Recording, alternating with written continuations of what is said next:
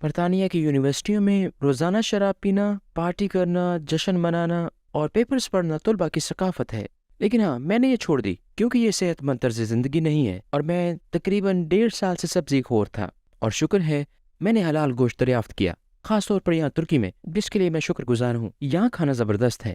آپ کا ایک یوٹیوب اور انسٹاگرام اکاؤنٹ ہے اور آپ مقبول بھی ہیں۔ میرا اندازہ ہے کہ آپ کو میسیجز ملتے ہوں گے جو آپ کو ڈیٹ کرنا چاہتے ہیں، کیا میں ٹھیک کہہ رہا ہوں؟ جی ہاں، ہر روز۔ تو پھر آپ کیا کرتے ہیں؟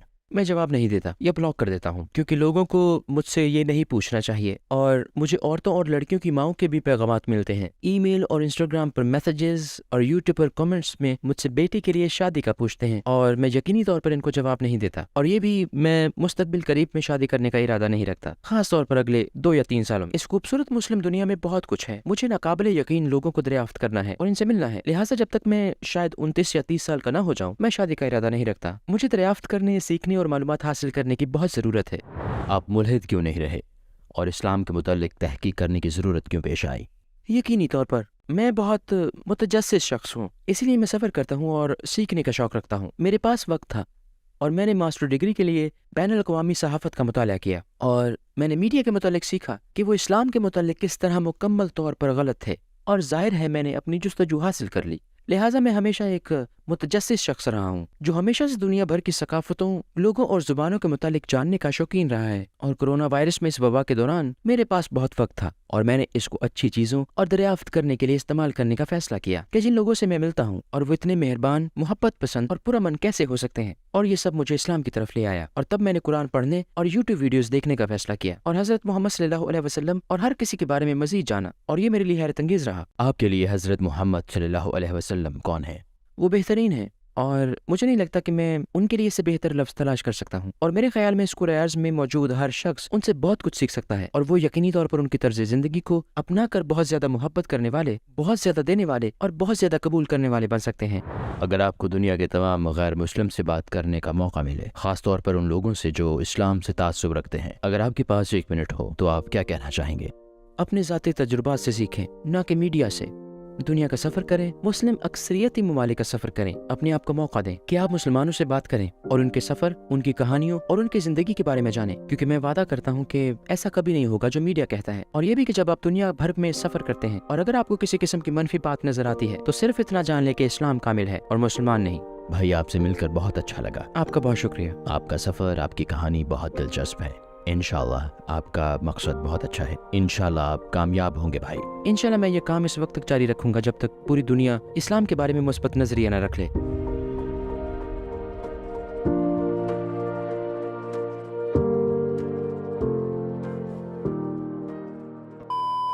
آئیں سب سے مشکل سوال کی طرف آتے ہیں جو آپ کو پسینے چھڑوا دے گا۔ کافی یا چائے؟ ترکی میں رہتے ہوئے یہ سب سے مشکل سوال ہے جو آپ مجھ سے پوچھ سکتے ہیں۔ ہاں، چائے۔ یہاں پر چائے میری پسندیدہ ہے، لیکن مجھے کافی پسند ہے۔ اگر آپ کافی کہتے ہیں تو اس ویڈیو پر بہت سے ڈس لائک ہوں گے۔ میں نے کہا چائے۔ یہ ٹھیک ہے۔ آپ ہمارا اسٹوڈیو اور مدرسہ دیکھ چکے ہیں، آپ کو کیسا لگا؟ بہترین ہے۔ یہاں کام کرنے والا ہر فرد بہت مہربان ہے اور اسٹوڈیو حیرت انگیز ہے، سوائے اس کے کہ یہ بہت گرم ہے۔ یہاں سچ میں بہت گرمی ہے، بہت گرم۔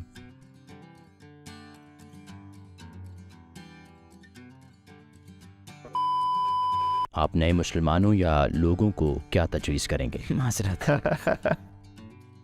کیا میں نے انگلش تلفظ میں کوئی غلطی کی ہے جو آپ اس طرح ہنس رہے ہیں؟ نہیں، آپ ہنستے رہیں۔ یہ ایک بہت سنگین مسئلہ ہے بھائی، جب آپ شادی کریں گے تو آپ مجھے سمجھ جائیں گے۔ جی بالکل۔